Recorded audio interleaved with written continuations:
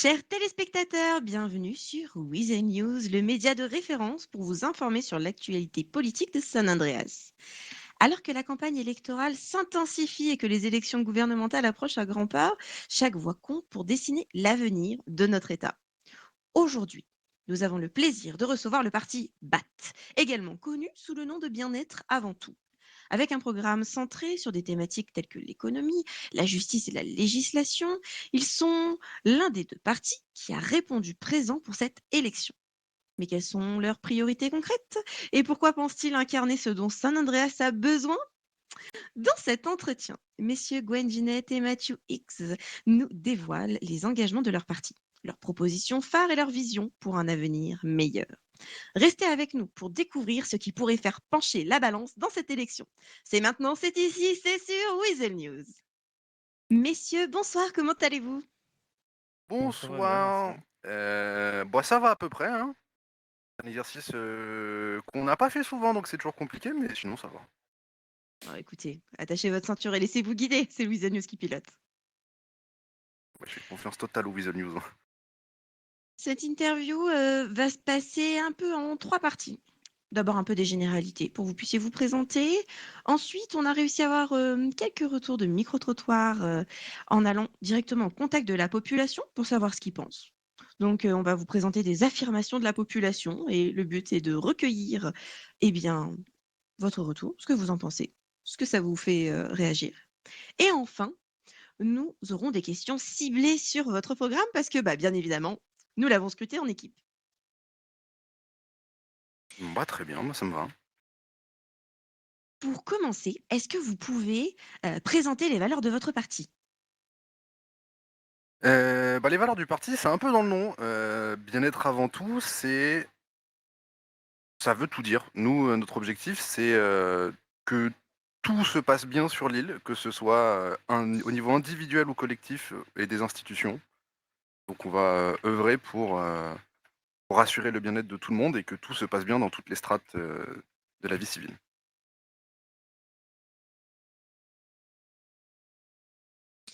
Et vous, plus particulièrement, pourquoi est-ce que vous briguez ce poste en tant que personne?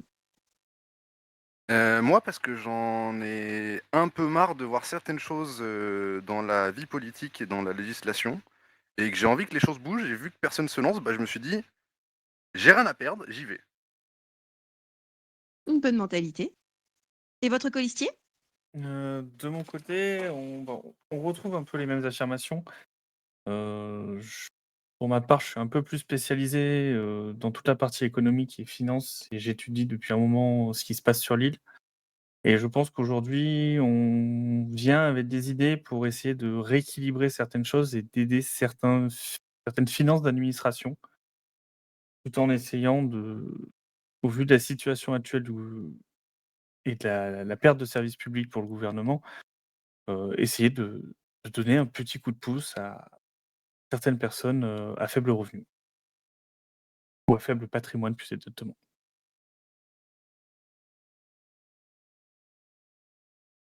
Comme je vous le disais un petit peu plus tôt, bien évidemment, nous avons pu lire dans votre programme les divers thèmes sur lesquels vous avez décidé de travailler si vous êtes élu.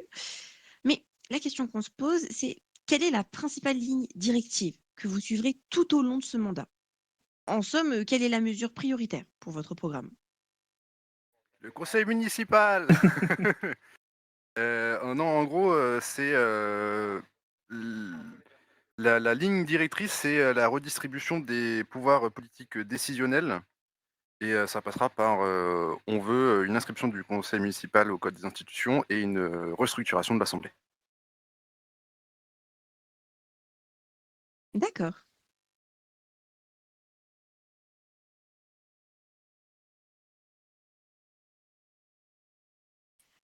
Et bah, écoutez, on va passer à la deuxième partie de cette interview dans ce cas-là. Je vais demander à mon collègue, Juan potentiellement de s'avancer un petit peu.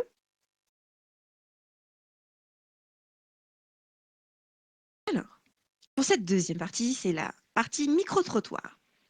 Donc après la publication des programmes, on est allé à la rencontre des citoyens pour recueillir leur avis. Donc on n'a pas eu beaucoup de temps, mais on a réussi à avoir quand même, 1 ou 2 retours. Donc on va vous présenter ces extraits et l'idée c'est d'avoir vos réactions. Juan, c'est tout bon pour toi? Oui. Merveilleux. Je te laisse passer le premier extrait. Ah ben, j'ai plus tendance à regarder les cow-boys. Parce que le blabla, dans un premier temps, j'ai pas trop envie de lire, mais ils ont des bonnes têtes.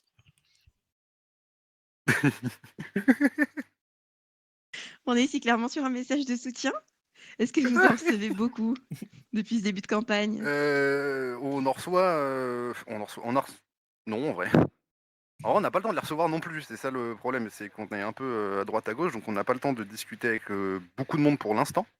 On essaiera d'aller discuter avec les gens plus régulièrement, mais j'avoue que on a une bonne tête et j'ai la flemme de lire le programme, je m'y attendais pas. Pourtant, on On n'avait a pas le aussi fait plus le court des parallèle. deux. Et on fait aussi le rapprochement avec des cow-boys, je pense, grâce à vos couvre-chefs. Est-ce que c'est un peu une image volontaire ou une passion? Pour mon colistier, oui. C'est-à-dire qu'il ne se sépare pas de son chapeau, donc oui. Oui. Moi non, c'était, en fait, c'est une tenue que j'avais fait et qu'on avait pris une photo, on les a pas rechangées depuis le temps et du coup, voilà. Mais ça me plaît bien le chapeau, c'est cool. Ça protège des insolations. Bon, et du coup, ça vous fait quoi d'entendre un tel message? Ah, ça fait plaisir d'entendre ce genre de message, hein. Bah, ça fait plaisir, mais c'est un peu dommage que, que la lecture soit compliquée. C'est, si on veut s'intéresser au minimum à ce qui se passe, bah, il y a beaucoup de choses qui passent par l'écrit malheureusement. Donc, c'est toujours intéressant de lire, même si c'est lire en diagonale un texte, c'est pas grave. C'est vrai que majoritairement pour les personnes que nous avons croisées, voilà, la lecture, voilà, la lecture n'avait pas été faite malheureusement à ce moment-là. Heu, mais les visuels, parlent d'eux-mêmes parfois. C'est quelque chose qui est important. On essaie de faire un truc propre. Juan, est-ce que je peux te laisser passer le second extrait, s'il vous plaît? S'il te plaît. Dans un premier temps, comment dire, je trouve que c'est, de mon point de vue, c'est un peu brouillon au niveau des deux.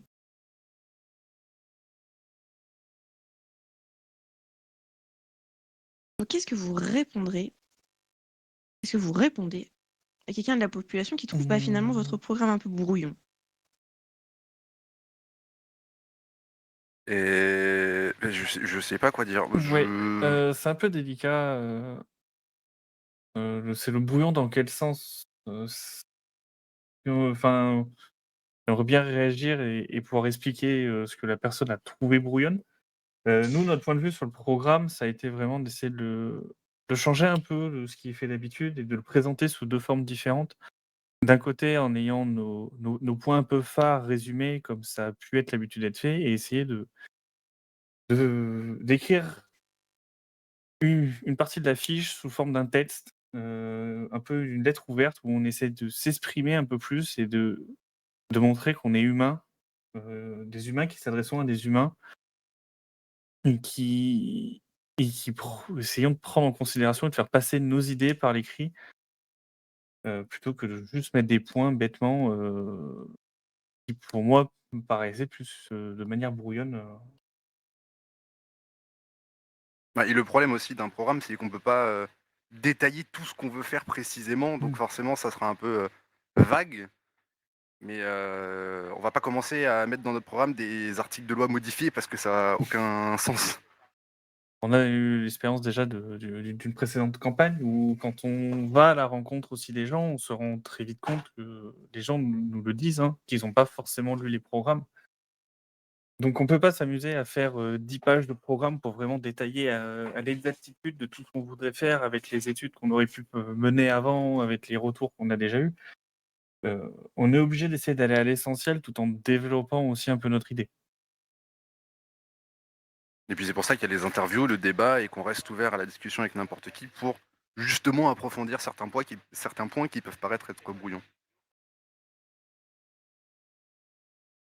Eh bien, merci pour vos retours. C'est les seuls retours, citoyens qu'on a réussi à avoir en un délai assez court.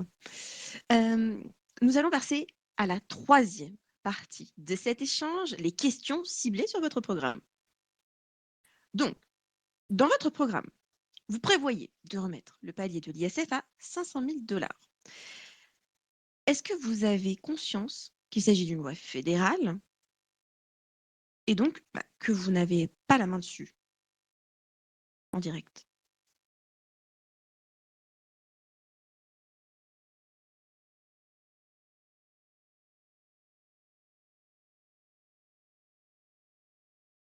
Messieurs? Euh, c'est- de notre point de vue, c'est pas parce qu'elle est fédérale qu'on peut pas aller discuter en apportant des éléments pour dire que nous, on trouve que ça peut être changé. Euh, ça sera ça sera moins facile que si, si cette loi n'était pas fédérale. Après, ça ne nous empêche pas de l'avoir comme projet et d'essayer d'y travailler.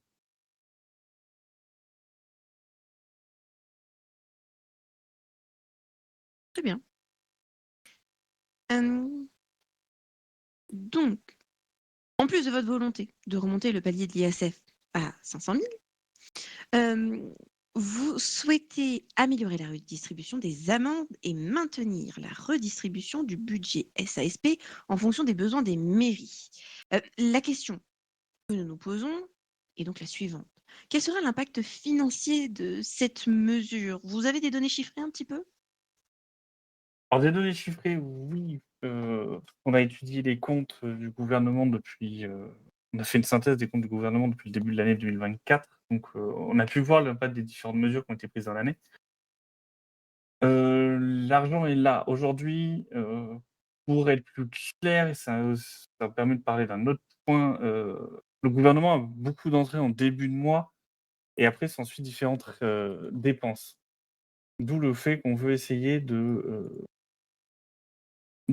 fournir en plus des comptas hebdomadaires, une compta mensuelle pour que ça soit plus clair pour toute la population.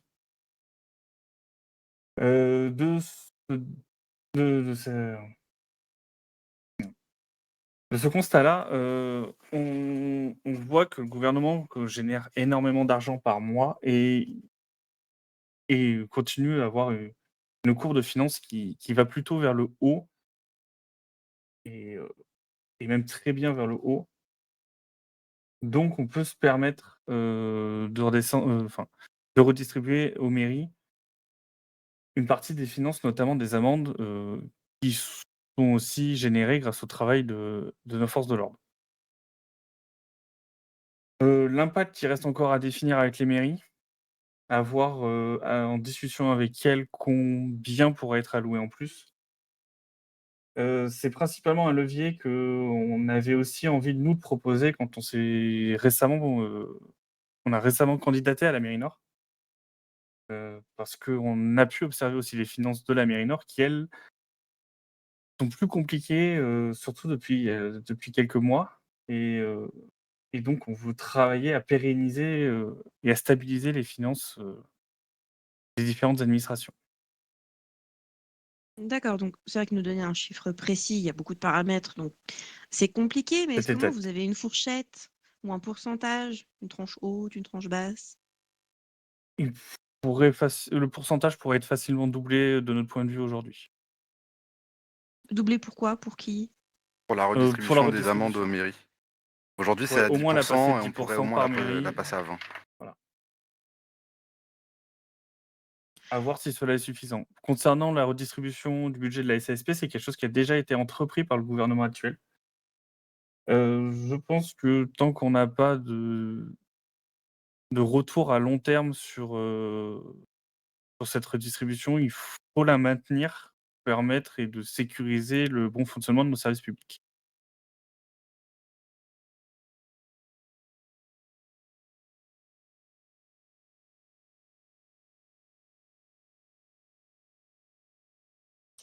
Vous abordez des points économiques et législatifs dans votre programme, mais nous ne voyons nulle part ce que vous comptez apporter aux services publics de façon assez factuelle. Quelles actions est-ce que vous allez mener pour eux?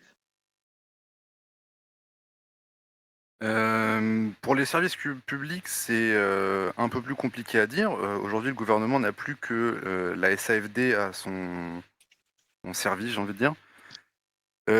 Pour l'instant, la SFD, se porte très bien, donc il y a pas grand chose à apporter en plus, si ce n'est, selon leurs demandes, s'ils ont des besoins. Et pour les autres services publics de l'île, on fait confiance aux mairies pour, faire les demandes et s'occuper d'eux, car c'est eux qui ont la gestion.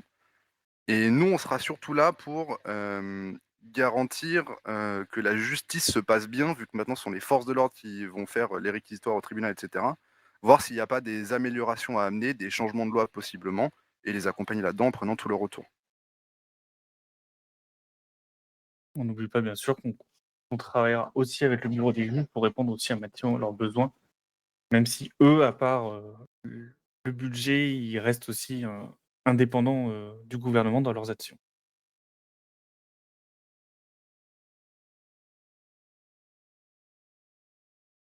Et bien évidemment, on mettra en place une politique de santé et de sécurité en ayant concerté les différents services publics pour définir leur mission, mais c'est rien de très extravagant, j'ai envie de dire. Eh bien, justement, parlons politique de sécurité.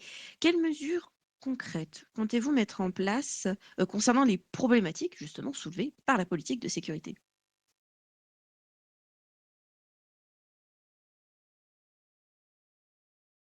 Bonne question. Pour l'instant, la politique de sécurité qui est en place nous plaît pas mal. On a des petites idées qui seront à discuter avec les différents chefs de service, voir si c'est, quelque chose d'intéressant ou non selon leur retour. On n'a pas assez de retours sur la situation actuelle pour avoir une politique de sécurité déjà définie pleinement et qui change potentiellement de celle déjà mise en place. Donc j'avoue que pour l'instant, on est un peu dans le flou sur ce niveau-là. Le travail au niveau de la politique de sécurité ne sera pas une révolution. On va rester à l'écoute des services publics et on travaillera toujours en collaboration avec eux pour, définir au maximum leurs besoins et nous, essayer de leur faire passer, les idées qu'on aimerait mettre en place. Est-ce que c'est aussi le même type de réflexion que vous voulez utiliser pour la politique de santé? Pour la politique de santé, globalement, on arrive sur les mêmes choses. On a quelques idées supplémentaires, notamment avec des discussions qu'on a déjà eues, depuis le début de la campagne. Donc on a commencé à en discuter et on va continuer à en discuter avec les directions des services publics, voir si certains axes qu'on aimerait aborder avec eux, sont applicables et seraient bénéfiques, à leur fonctionnement. Dans votre programme, toujours, vous parlez de réviser le CETA afin d'élargir les possibilités contractuelles au bénéfice des employés et accroître la flexibilité dans la gestion patronale. Est-ce que vous pouvez nous en dire un peu plus? Il y a certains termes aujourd'hui qui sont assez fermés dans le CETA et qui nous permettraient, faciliter et d'ouvrir d'autres possibilités au niveau du travail des directions. Il y a un autre point qui est arrivé et qui a été supprimé il y a quelques mois de cela aussi, qui est, la suppression du salaire minimum. On a pu observer et ça commence à arriver de plus en plus de la part des directions, la présence de nouveaux contrats, notamment à 1 supprimant, supprimant et donc ouvrant aux employés le fait de ne plus avoir, de ratio de temps de présence. Nous on est en accord avec ces politiques-là, on veut juste rester et surveiller et s'assurer qu'il y ait pas d'abus ou de dérives qui découlent de c'est la fin de ce salaire minimum. Au niveau des contrats, il y a pas mal d'idées qui sont aussi en train de venir des directions. On veut travailler avec eux au maximum, voir s'ils ont besoin que certaines choses soient encadrées aussi ou aussi de la flexibilité sur les choses qui peuvent les bloquer dans la mise en place des idées qu'ils ont de actuellement.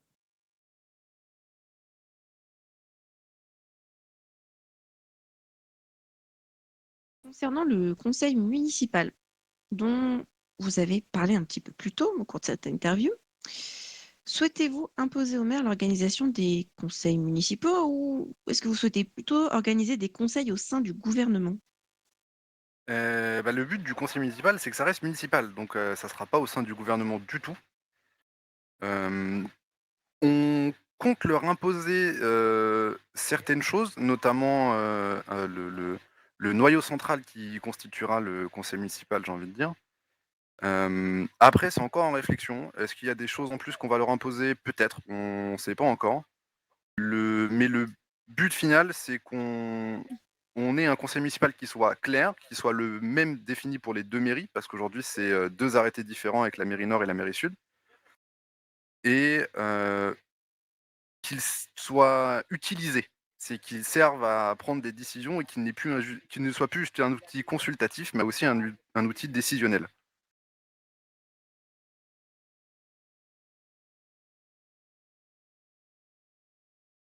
D'accord. Est-ce qu'il y a des points que vous souhaiteriez ajouter à votre programme que vos électeurs n'auraient peut-être pas connaissance?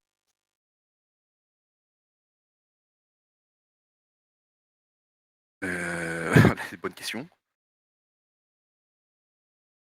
On en a quelques-unes, figurez-vous. C'est ça de travailler en équipe. Ah oui, bah, c'est mieux du coup. Parce que c'est vu que nous, on a écrit le programme, on se dit il est suffisamment clair. Je sais pas ce qu'on pourra rajouter de plus dessus. C'est une réponse qui se suffit à elle-même si c'est la vôtre.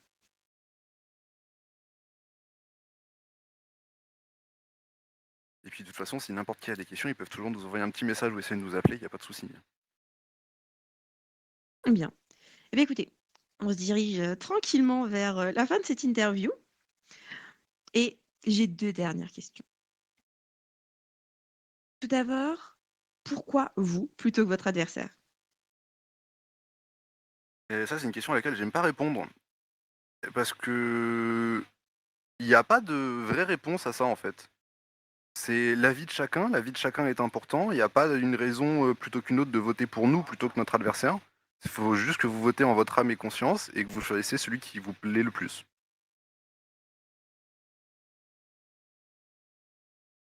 Si on vous a convaincu qu'on veut voter pour nous, s'il vous a convaincu, votez pour lui.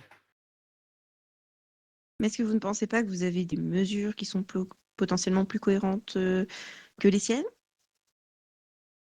Un passif plus important? Des connaissances? On a plus d'expérience que lui car on est dans un parti plus vieux et que lui vient de monter son parti il y a 2 semaines, je crois. Oui, ça doit faire 2 semaines. Mhm, à peu près. Donc c'est un gage de qualité, mais c'est pas dit que quelqu'un qui arrive tout frais, venu de nulle part, n'ait pas de bonnes idées à mettre en place et ne puisse pas gérer une institution comme celle-là bien aussi. Est-ce que votre colistier souhaite aussi dire quelque chose à ce sujet? Rien de plus que ce qui a été déjà dit. Le genre de J'admire questions votre qu'on avait déjà pu combativité. discuter ensemble avant, donc tout ce qu'on peut dire, hein, c'est si nous enfin, on va vous montrer ce que nous on sait, au vu des différentes rencontres qu'on a dans la semaine. On n'est pas, fermé à discuter non plus si, la partie adverse veut venir en discuter avec nous, il y aura aucun souci, même en dehors du débat. Je pense qu'aujourd'hui, il a déjà exprimé, sur des précédentes interviews, son envie de rencontrer les partis et même nous, pendant la campagne, on ne reste pas fermé à discuter avec lui. Est-ce que vous souhaitez ajouter une dernière phrase pour les électeurs? Voter, c'est important. Hein, il y a la dernière phrase dans le texte qu'on a écrit, et elle résume très bien ma pensée. Indépendamment de vos convictions de votre métier, votez. Peu importe pour qui, peu importe pourquoi, juste votez. Mais voter parce que comme on l'a vu récemment, une élection peut se jouer à une petite voix. Donc la vôtre est importante.